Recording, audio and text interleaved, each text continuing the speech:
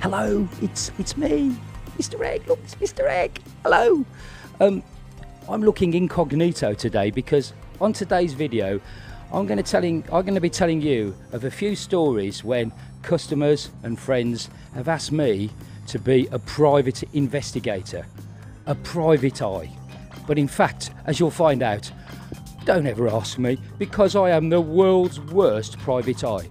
We've got some stories coming up. If you like the video, press like and subscribe to the channel. Now I remember this story happening when I was working in a strip club in England. Now it's okay, I was a manager, I wasn't on the stage, but one of my regular customers who was there was a particularly old gentleman, and he was interested in me. He always used to have a chat with me because we had one thing in common, and that was we always used to go to Thailand on holiday.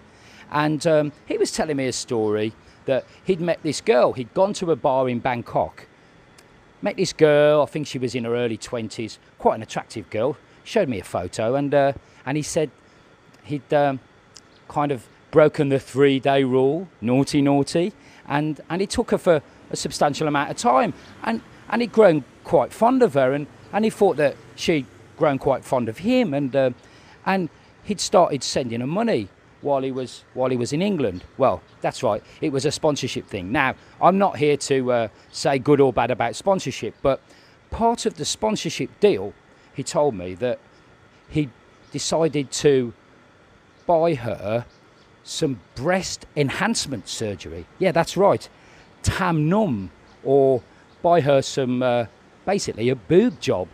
And she'd had it done, and this was before the days of smartphones and stuff. He'd seen a photograph. I think she might have sent him a photograph on a webcam or something.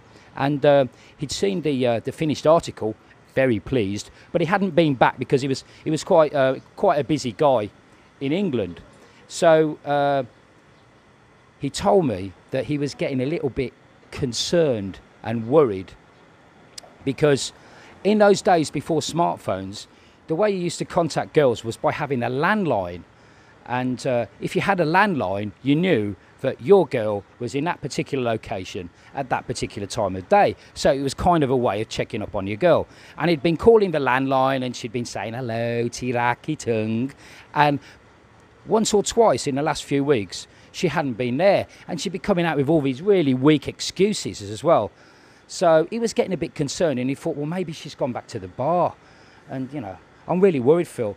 Can you do me a favour? You're going to Thailand next week. I know you don't go to Bangkok much, but can you go to the bar in Bangkok and just do me a favour? Just look around and find out if she's there. That's all I want to know. And I says, oh, well, you know, that's a day out of my holiday because I don't really go to Bangkok. So I thought, I'll make a day of it. So go to the bar that he tells me in Bangkok. And I've got this picture, and it's literally a photograph of this girl. And I walk in the bar, and it's a good tip for you. If you walk in a bar and you want to have a look around, always go to the back of the bar. Walk into the bar as far as you can go, and somewhere where you can see everybody.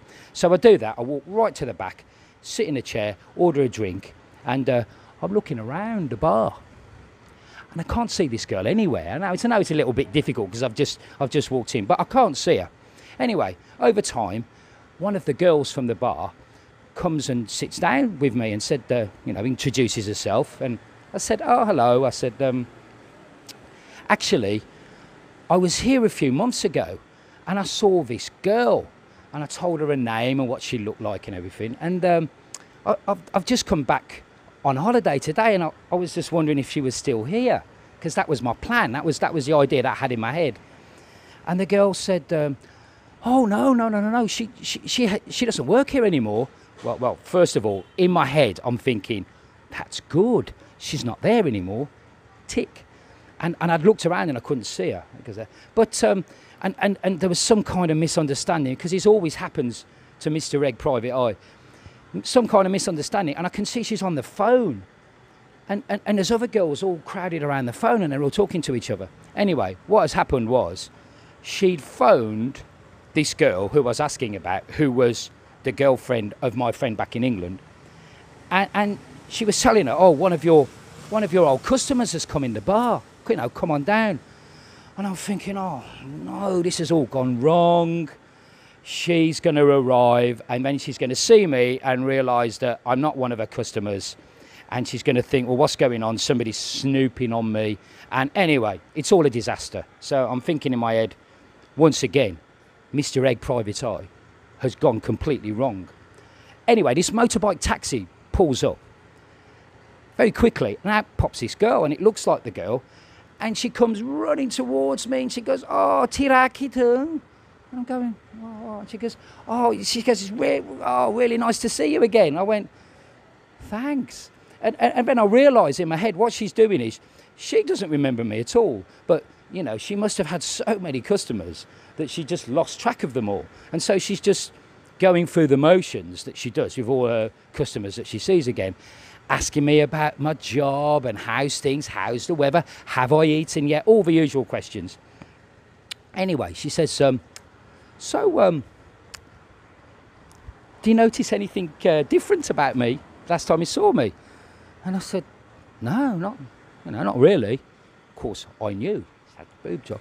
And she goes, oh, look, I've had breast enhancement surgery. Look.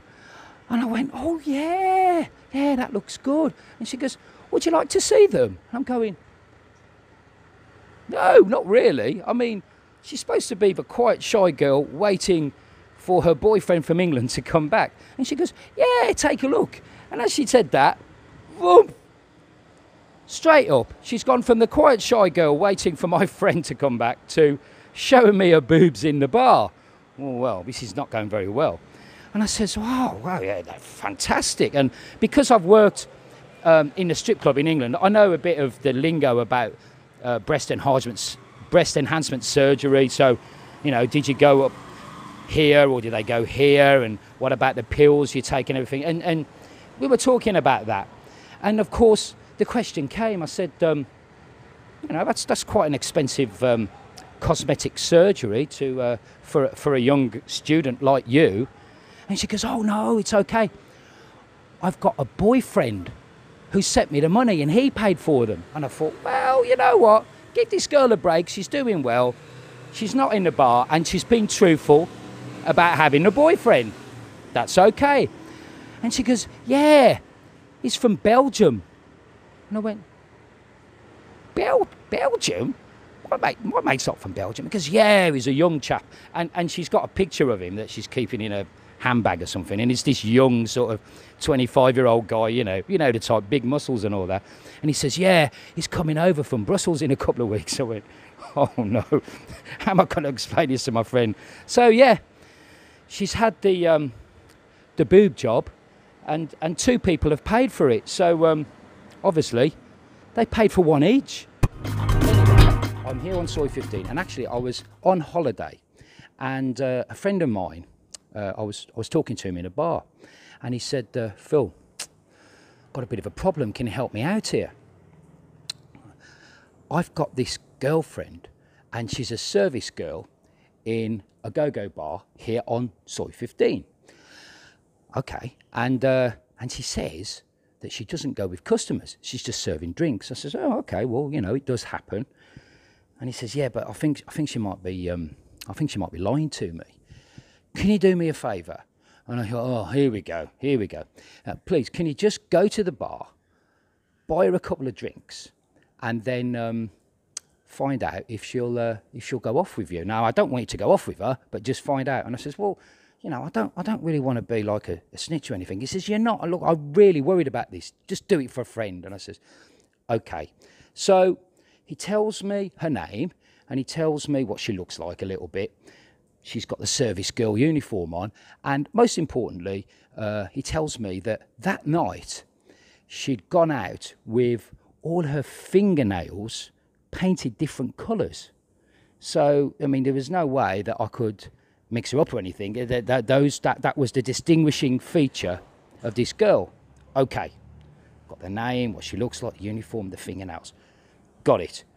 Mr. Egg, Private Eye, I'm straight into the bar, sit down, and the service girl comes up, and I'm looking, and she's got the fingernails, and I'm going, yes, jackpot, this isn't going to be so bad after all. So I start talking to her, and I say, oh, you know, well, can I buy you a drink? You know, maybe. And she goes, oh, look at they always do this, don't they? Look at all the beautiful girls. I goes, no, no, no, no, I really like you. Do you think I could, I could have a drink with you? And she goes, okay then. So she gets a drink and sits down. Well, anyway, she's very nice, and I'm looking at the fingernails and everything's great. And I says, and then one drink leads to another drink, and then another drink, and my bill's getting quite big. And I says to my mate, I says, look, don't give me any money. I'm not having any money for this. So my bill is getting bigger and bigger, but I'm buying this girl a few drinks, and I'm having a good time. And then I thought it's time to drop the question, and I thought any time now I'm going to have to ask her. So I says, look, Noi, do you think we could go out? And she goes, Noi, my name's not Noi, because she hadn't told me her name, and she said, no, I'm not Noi, but there's a service girl over there called Noi, and this other girl comes over who's, funnily enough, looks a lot like her, and she goes, yeah, and I looked at her friend, whose name was Noi, and she had every single fingernail painted in different colours as well. And I looked at my bill, which was well over 1,000 baht now, and I'd been buying drinks for the wrong girl. I think it was this one. This is now an Indian restaurant, but in about 2005, this was a beer bar. In fact, the whole of this Soi 8, by the way, it was all beer bars, and it was really, really rocking. Girls pulling you into the bars. Do you remember the good old days of Soi 8?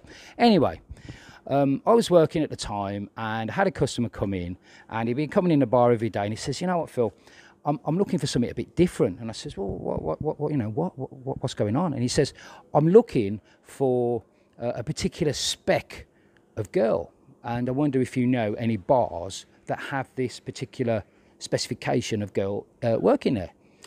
Go on then, tell me what it is. And I knew what was coming.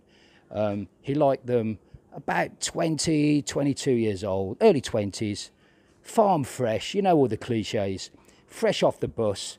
She's got chicken doodah between her toes and all that, and doesn't speak any English, all the cliches. I says, I don't really know of any bars that do that, and if there was, it'd be packed anyway. But you know what? I'll tell you what I'll do.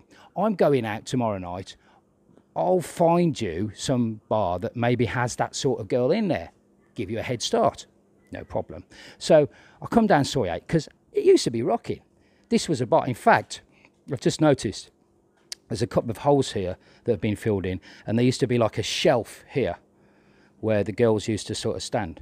Anyway, we walk up the steps and go in and buy a drink. And I'm talking to a woman who I assume was the mama-san. It was an elderly lady anyway. And I was saying, look, looking for this type of girl. It's got to be early 20s, very dark skin, from Isan, just off the bus. You got anyone, that can help me? She goes, I've got just the girl. Fantastic. So she brings this girl out, and she's great. I mean, she's got this particular feature of her face, which I remember. She had a very sort of chiseled jawline, if you like. And in fact, I gave her a nickname, and it was SpongeBob Squarejaw, because it was there. It was 90 degrees, her jawline. And I started talking to her, bought her a drink, and I says, how old are you? Oh, we do it again. And I says, well, I'm a bit busy. I said, I'll tell you what, I've got a mathematical chance of finding a girl that my friend's after. I talked to another girl, and I said, I'm looking for particular style of girl. I says, have you got a girl that's maybe sort of SpongeBob Squarejaw? I says to her, oh, hello. How long have you? And she's working in, it's a kind of a bar, but he's a bit worried that she might be taking guys' phone numbers while he's just go and take a look and see if you can get a phone number and the usual routine. It seems to happen so many times. Well, I say, I am the world's worst private investigator. And he says, well, it's not really private investigations, you're just helping me out. Anyway, I say, I will age, I've got it, right. So the very next day, and who's he got with him? The girl that I'm supposed to be looking at. Oh, I'm supposed to be keeping an eye on, and you brought her in here? And he says, oh, bar. It's a small bar. Everybody kind of knows me. I can speak Thai. She's going to know who I am straight away. He goes, no worries, Phil. You're worrying about it too much. Anyway, about 3 days later, I'm walking past this restaurant, have a drink. Straight away, this girl comes over. Ah, you're Mr. Egg from the pub. You know my boyfriend. If you ever needed proof to not hire me as a private investigator, I think I've given you several examples there. Thank you to the people whose stories I've told. I know at least 2 people are still in touch with me, so thanks for letting me tell those stories. And if you've got any stories about how you've hired a private investigator, a real one, or maybe you've had to help out a friend by doing the same sort of thing that I was, let me know in the comments down below. If you do like the video, give us a like, subscribe to the channel. There's always extra content every week in the membership area. But for me, Mr. Egg, not a private investigator, bye-bye.